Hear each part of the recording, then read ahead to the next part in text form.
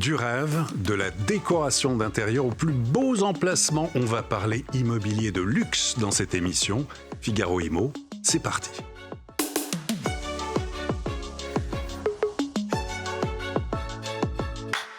Deux invités dans cette émission Figaro Immo qu'on est très heureux de recevoir aujourd'hui pour parler immobilier de luxe. Sébastien Cuperfis, bonjour. Bonjour Olivier. Alors, président de Maison Junot, spécialiste, on va dire, de l'immobilier d'exception, présent à la fois en France et à l'international.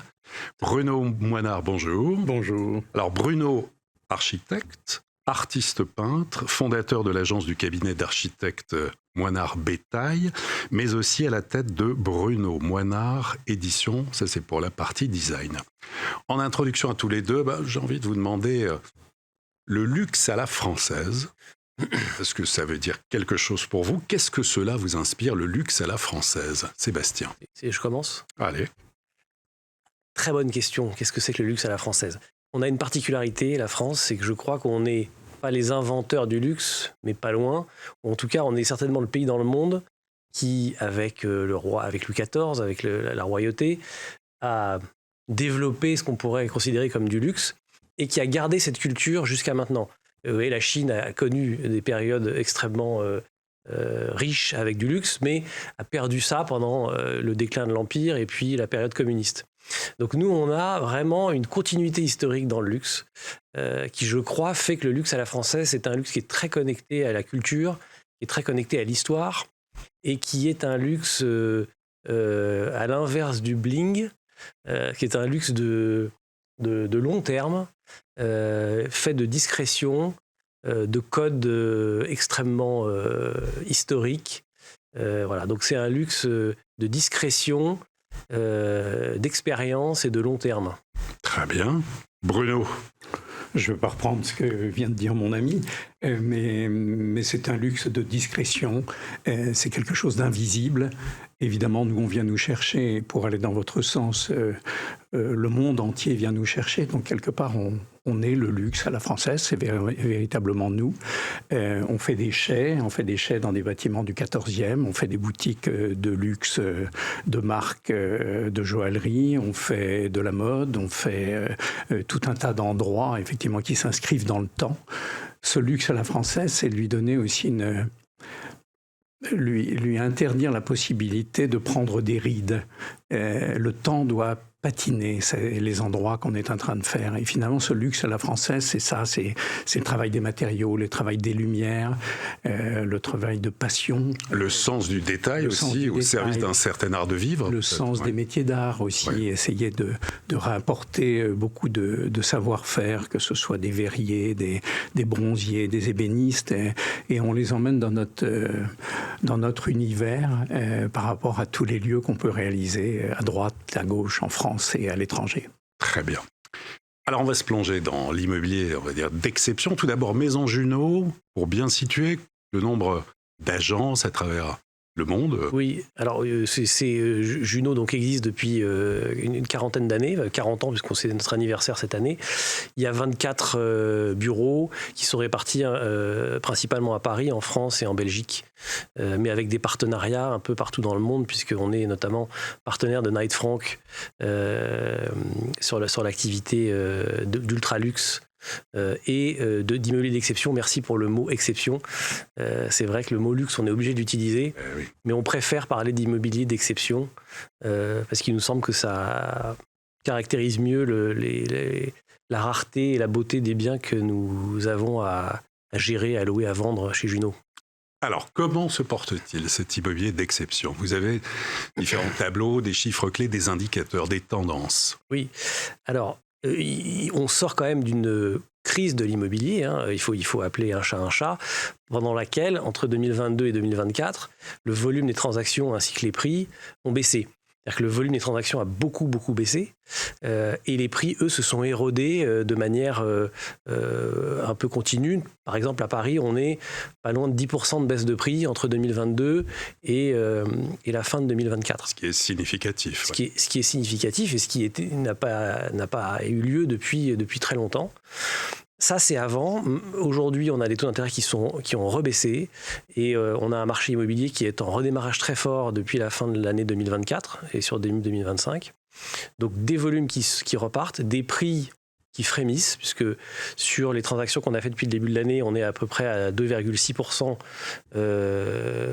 supplémentaires. Et là, on voit par exemple le nombre de leads reçus sur nos portails, qui est aussi un indicateur. Et on voit bien que le nombre d'acheteurs sur le marché a réaugmenté de manière très forte. Mon analyse, c'est qu'on a un peu mithridatisé les acheteurs français du roi Mithridate, qui, je ne sais pas si vous savez, mais se mettait une petite goutte de poison tous les jours pour pouvoir supporter un vrai empoisonnement.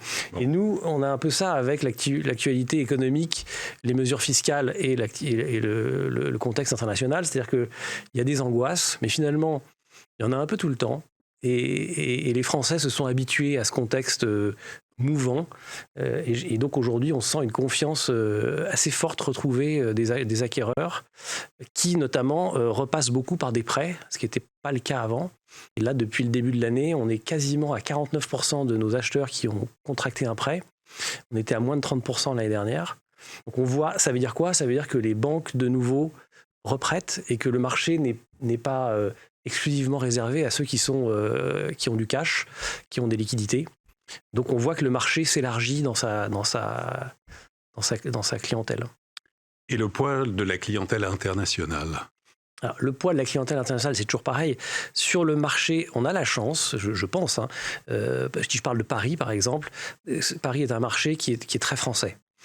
Jusqu'à 5 millions d'euros de transactions, c'est-à-dire que c'est quand même une très grosse partie du marché.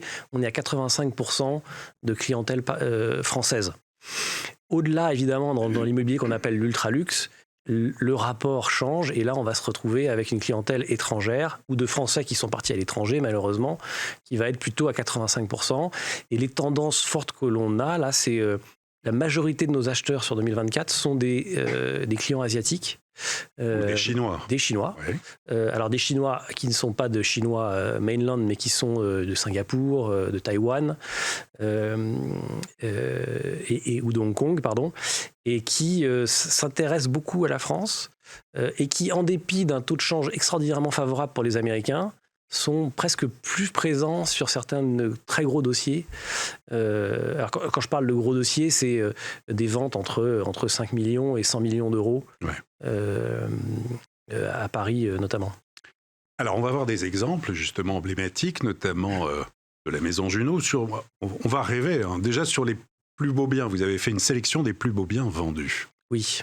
Alors premièrement, tout d'abord direction le Trocadéro, on est dans le 16e arrondissement de Paris. Un appartement, Sébastien. Il y a les images là qui défilent. Oui. Alors qu'est-ce que je peux vous dire ? J'ai 150 mètres carrés, 3 chambres, une vue sur la Tour Eiffel. Alors ça, c'est typiquement le luxe à la parisienne, hein, puisque la vue sur la Tour Eiffel, c'est recherché par le monde entier. Et là, ça a été vendu un peu moins de 4 millions d'euros à un client français qui va s'en servir en pied-à-terre, un étranger. Autre exemple, alors, Madeleine, un appartement 170 mètres carrés, je crois, qui était rénové. Tout à fait. 170 mètres carrés, il y a un balcon, il y a une vue dégagée sur le square Louis XVI. Il y a plus de 3 mètres de hauteur sous plafond, il y a toutes les caractéristiques qui sont recherchées par nos clients, c'est-à-dire, on le voit, parquet, moulure, cheminée, voilà, les caractéristiques de l'ancien.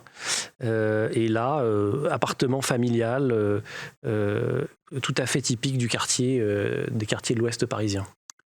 Direction Montmartre, 18e arrondissement. On s'en canaille. Allez. Alors, maison en plein cœur de Montmartre. On est rue Gabriel. L'avantage de Montmartre, c'est qu'on a beaucoup de maisons. On a vraiment des endroits qui ont un charme fou, qui sont sur plusieurs niveaux, qui parfois ont des vues sur Paris. Et puis on a beaucoup de verdure, beaucoup de végétation. Donc ça, c'est un architecte qui a rénové, dont je tairai le nom devant mon cher collègue, qui a été vendu en exclusivité à des clients franco-américains. Et ça aussi, c'est un pied-à-terre. Sébastien, on continue avec 3 exemples des plus beaux biens actuellement à la vente dans la Maison Junot. Alors, cette Alors, sélection. Donc on vous a sélectionné un appartement dans le 16e, on est rue de la Tour, dans une voie privée, un hôtel particulier qui fait presque 300 mètres carrés, rénové également par un architecte. Ça c'est une tendance, on en parlera peut-être après, mais c'est une tendance assez forte. Ouais. Ça a été vendu clé en main, il y a de la climatisation, il y a de la domotique, il y a un niveau de prestation qui est extrêmement élevé, et ça s'est vendu un peu plus de 5 millions d'euros. Très bien. Paris 8e, un appartement dans le Triangle d'Or. Alors là, 209 mètres carrés, 3e étage, 3 chambres. On est dans quelque chose de... l'appartement haussmannien parisien typique. Ça c'est en vente, pardon, c'est pas vendu. Hein. Ça c'est en vente à 4 650 000 euros. Très beau classique, très beau matériau noble, la climatisation. Et puis un dernier exemple, un duplex à Montmartre. Donc c'est un duplex on a les images ici, très beau, très jolie décoration, des matériaux bruts, des artistes qui ont travaillé sur l'aménagement. On est à 3 200 000 euros pour 158 mètres carrés. Et là vraiment on rentre. On s'installe et a priori là normalement il n'y a vraiment absolument rien à faire, c'est une petite merveille. Oh, très bien, merci Sébastien. Bruno, un rebond par rapport à ces images d'abord? C'est-à-dire que quand les clients achètent ces budgets, il ne me reste pas beaucoup d'argent pour faire le projet évidemment. Alors expliquez-nous justement Bruno Moinard un petit peu la façon dont vous travaillez. Vous êtes à la fois artiste peintre, vous êtes architecte d'intérieur, vous êtes spécialisé dans le design, beaucoup de choses. Comment s'articule votre travail? Alors déjà, j'ai un lourd passé. J'ai travaillé pendant 16 ans avec André Poutman. J'ai quitté André Poutman. J'étais recueilli presque parce que je voulais m'arrêter pour faire de la peinture à ce moment-là, tellement j'étais presque épuisé de ce métier qui est quand même très difficile. Et là, deux mécènes, deux ambassadeurs sont arrivés. Il s'agit de François Pinault et de Alain-Dominique Perrin. Donc je me suis retrouvé le pied à l'étrier pour repartir. Et j'ai donc monté un bureau avec beaucoup de collaborateurs et j'étais à la tête de toutes les boutiques Cartier dans le monde. Donc j'étais le seul interlocuteur de Cartier qui ne voulait voir que mes dessins, que ma présence pour pouvoir faire les différents endroits. Et avoir votre signature. Et avoir ma signature. Oui. Alors à cette époque-là, si on remonte dans le temps, c'était il y a une vingtaine d'années, j'étais seul, j'avais une quinzaine de collaborateurs, mais j'étais seul à discuter avec Cartier. Et Cartier, c'était juste le président et quelqu'un du patrimoine. Aujourd'hui, 20 ans après, j'ai réalisé plus de 600 boutiques dans le monde. 600, oui. J'ai résisté à 7 présidents et aujourd'hui, c'est beaucoup plus compliqué parce que tout le monde s'est accaparé, tout le monde s'est attaché au concept et tout le monde donne un avis. Donc, il y a 15 ans, on était 3 à donner un avis. Aujourd'hui, c'est 60 personnes qui donnent un avis pour une boutique. Je dis ça, c'est un peu caricatural, mais c'est pour expliquer la difficulté de répondre à une demande qui, en fonction des années, s'amplifie. Donc j'ai cette catégorie de projets. J'ai des projets pour François Pinault qui sont des projets essentiellement de vignobles. Donc j'ai fait Château-Latour, j'ai fait le Clos de Tarbes. Et là, c'est une décision uniquement avec François Pinault, en tête à tête. Et après, j'ai quartier libre pour aller jusqu'au bout du projet, sans trébucher évidemment, en restant dans le délai, en restant dans le programme et dans le budget. C'est un travail sur le temps. Ce que j'essaie de vous expliquer, c'est ça. Et puis après, on a tous ces voyages internationaux, parce que ce luxe à la française, évidemment, les Chinois, les Japonais, toutes les cultures arrivent, évidemment, savent qu'on représente une marque comme Cartier, une marque comme Château-Latour. J'ai même travaillé pour Hermès, où j'ai fait le siège social. Ce sont les 3 marques mythiques qui attirent cette population. Alors justement, Bruno, on va voir un petit peu, et pour avoir en tête vos différentes réalisations, parce que vous travaillez à la fois sur les maisons de luxe, les palaces, les hôtels, les résidences privées, les restaurants, et puis Plaza Athénée. On va voir en images. Expliquez-nous, Plaza Athénée. Plaza Athénée, il faut remonter à peu près 10-11 ans en arrière. Compétition.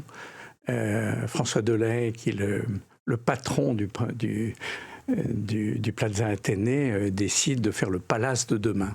Donc, cherche bon nombre d'architectes pour concourir sur ce projet.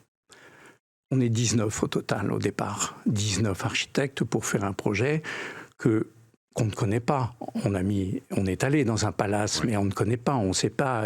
Il faut le disséquer, il faut le comprendre. Ce sont des architectures mélangées. On trouve de l'art nouveau, on trouve plus de la modernité, du 18e, tout un tas de choses. Donc il faut disséquer tout ça. Donc les 18, on n'est plus 18, on n'est que 3 finalement à résister à cette difficulté. Mais je ne suis pas donné gagnant, puisque on est trop moderne, je fais de la peinture et on ne comprend pas, ce type fait de la peinture, il ne fait pas de l'architecture. Et puis voilà, on démarre comme ça. Et finalement, c'est nous qui gagnons, Claire Bétaille et moi-même. Et on gagne pourquoi ? Parce qu'on a donné envie de travailler avec nous. Je crois qu'on a on est à l'écoute, on raconte une histoire, on respecte le projet, on respecte les clients, on est gentil, on peut l'ajouter aussi. Oui. Et on a besoin de cette douceur pour travailler, pour comprendre, parce que nous, on est à l'écoute. En fait, on est des médecins, on est des psychiatres, on doit absolument comprendre toute l'histoire. Et puis finalement, on gagne ce projet. Et on gagne, et on avait 6 mois pour tout transformer. Mais ces 6 mois se sont transformés en 2 ans, parce que c'est beaucoup plus long que ça. Donc le Plaza, c'est une image comme ça, mais on tenait absolument à le gagner. Enfin, c'est une histoire absolument incroyable. Je crois que c'est le concours le plus difficile de ma vie. Je ne pense pas pouvoir résister à un plus difficile au niveau de la tension, au niveau du temps, au niveau de l'impact, au niveau de la compréhension. Le palace de demain, comment on traduit un palace de demain dans un lieu emblématique, mythique, iconique. Enfin, on peut prendre tous les termes. Et à l'époque, on était plusieurs architectes à travailler sur ce projet. Aujourd'hui, 10 ans après, on est seul, et finalement, on aura fait tout le Plaza Athénée, puisqu'on aura fait toutes les chambres, on a fait le restaurant Le Relais 2 fois, enfin beaucoup de choses. Donc on s'occupe même de la maintenance du style et de ses déclinaisons. Autre exemple, Maison Cartier. Maison Cartier, grosse expérience, 25 ans de collaboration avec Cartier, une remise en concours aussi régulièrement. La Maison Cartier arrive, on développe les projets et on arrive dans la dernière ligne qui est celle de Cyril Vigneron, l'avant-dernier président, et qui décide avec le groupe de refaire la Maison Cartier 13 rue de la Paix. Donc ça, c'est vous. Et puis, dernier exemple aussi, avec le Clos de Tarbes. De Tarbes, alors, le Clos de Tarbes, c'est un vignoble en Bourgogne. On voit des images comme ça. Alors, celui-là a une autre histoire. Autant Cartier, ce que j'oubliais de dire, c'est que nous ne faisons pas ce qu'on appelle du copier-coller, quoi. Chaque boutique est différente. Et aujourd'hui, chaque boutique est différente, qu'elle soit à Hong Kong, qu'elle soit au Japon, qu'elle soit à Munich. On fait entrer la culture, on fait entrer les métiers d'art, les artisans locaux pour donner de la personnalité au lieu, ce qui donne une importance aux gens qui dirigent cette boutique, parce qu'ils ont une boutique vraiment personnalisée, c'est la leur. Donc ensuite, il y a compétition entre les différentes villes. Le Clos de Tarbes, c'est différent. Avec François Pinault, il m'a confié le château Latour, il y a longtemps, une vingtaine d'années. Ça a duré 10 ans parce qu'on a tout restructuré. Et j'ai inventé un ciel étoilé de petites lucioles en disant on fait des projets d'émotion. Nous, en fait, ce luxe dont on parle, c'est juste d'avoir la chair de poule quand on entre dans l'endroit ou dans un appartement ou dans une scénographie. Dès qu'on ouvre la porte, il faut sentir quelque chose. Il y a un petit électrochoc qui doit se faire. Sébastien, dès qu'on ouvre la porte, l'électrochoc, ça vous parle, j'imagine aussi. Oui, bien sûr, ça me parle. Et c'est vrai que le luxe, alors on revient à cette définition, c'est des choses, mais c'est une sensation.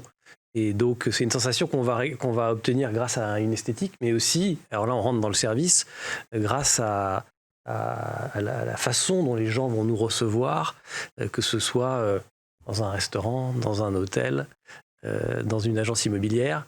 Voilà, le luxe, c'est la capacité d'empathie des gens qui sont avec vous et cette beauté des lieux. Et nous, on voit la différence.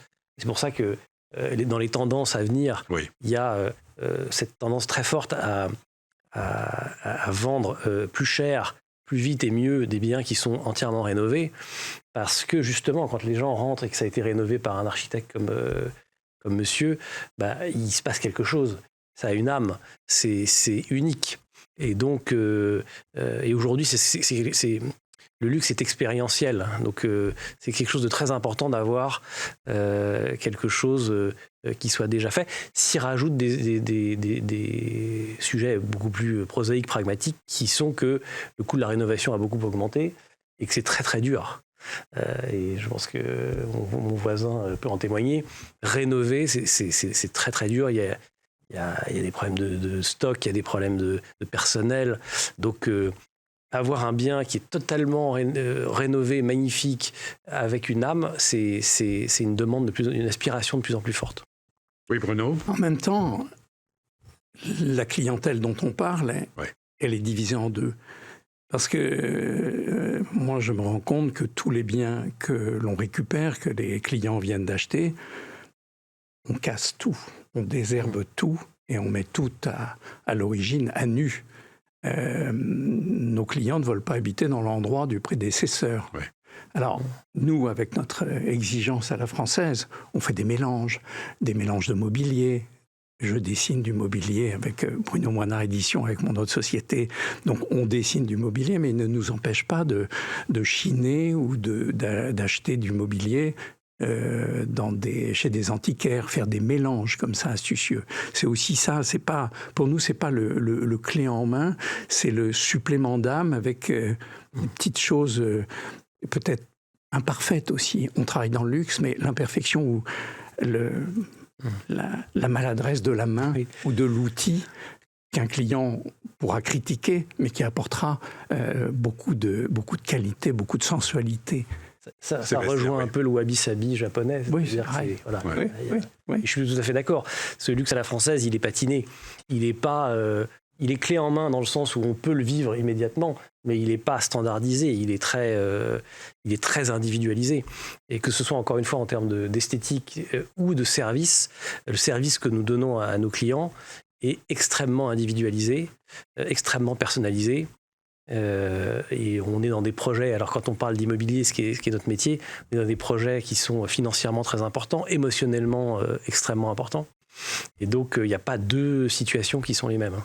Sur les tendances à venir, justement, tous les deux, Bruno notamment, en termes d'exigence, de sur-mesure, comment vous voyez Oui, c'est lié à des budgets, à des coûts aussi qui Bon, c'est comme dans un restaurant, on fait un menu et puis on fait des arbitrages. Pour moi, notre démarche au bureau, vous l'avez compris, on est des grands généralistes en fait, parce qu'on fait toutes sortes de projets. Est-ce que vous avez des cartes blanches, Bruno? Je déteste les cartes blanches. Préférez avoir un scénario quand même avec une attente pour ne pas... Oui, je préfère avoir un scénario, je préfère faire un projet haute couture. Vous savez, quand...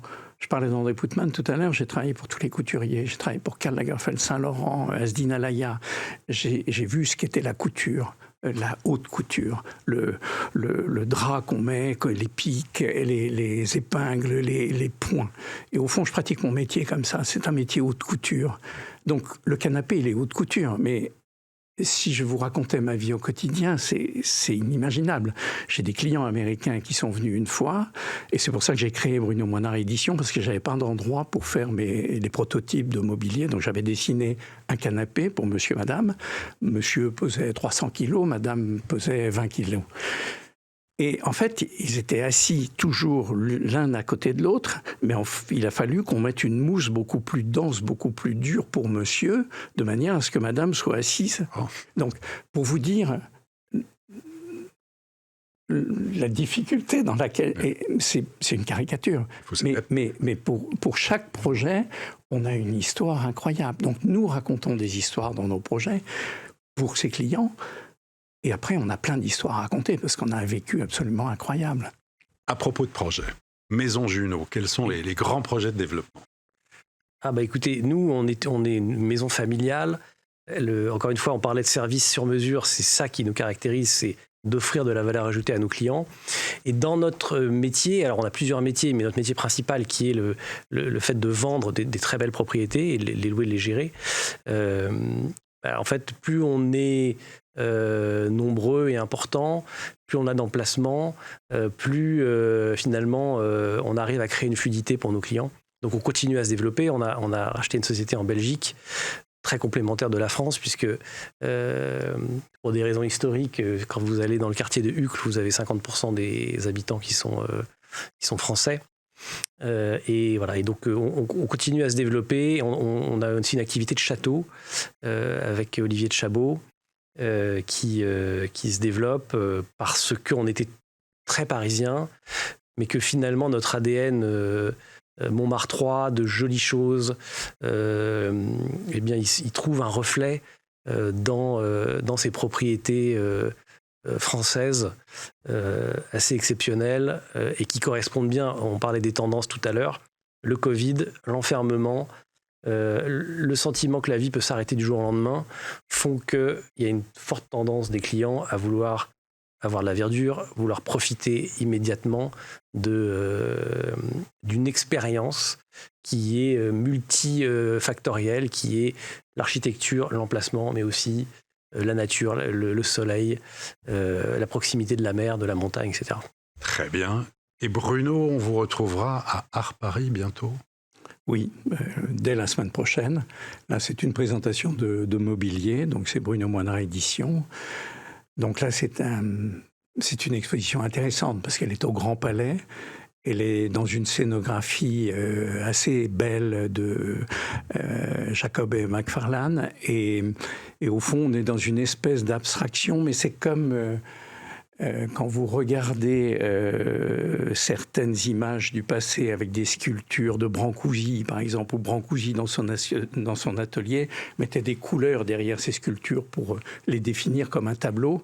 Et bien là, on a fait la même chose. On a défini des panneaux de murs de couleurs différentes, pas nécessairement assortis au mobilier, justement pour créer des petites imperfections, mais qui font la perfection et la subtilité.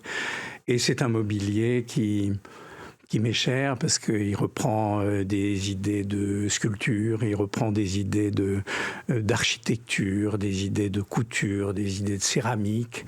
Et au fond, c'est comme des petites constructions. J'ai monté cette société il y a 10 ans maintenant. On a des points de vente, on doit avoir une 20aine de points de vente sur toute la planète. Et au fond, on dessine cette collection d'année en année et on doit être à 200 modèles aujourd'hui. Eh ben, c'est parfait. Donc on vous retrouvera à Art Paris. Grand Palais ? Oui, Grand Palais. Grand Palais. Merci en tout cas à tous les deux. Merci pour vos éclairages. Merci pour cette part de rêve sur cet immobilier d'exception également. Sébastien Cuper-Fils, Maison Junot, merci beaucoup. Merci Olivier. Bruno Moinard, merci infiniment. Merci beaucoup. Et à très bientôt pour une prochaine édition de Figaro Immo.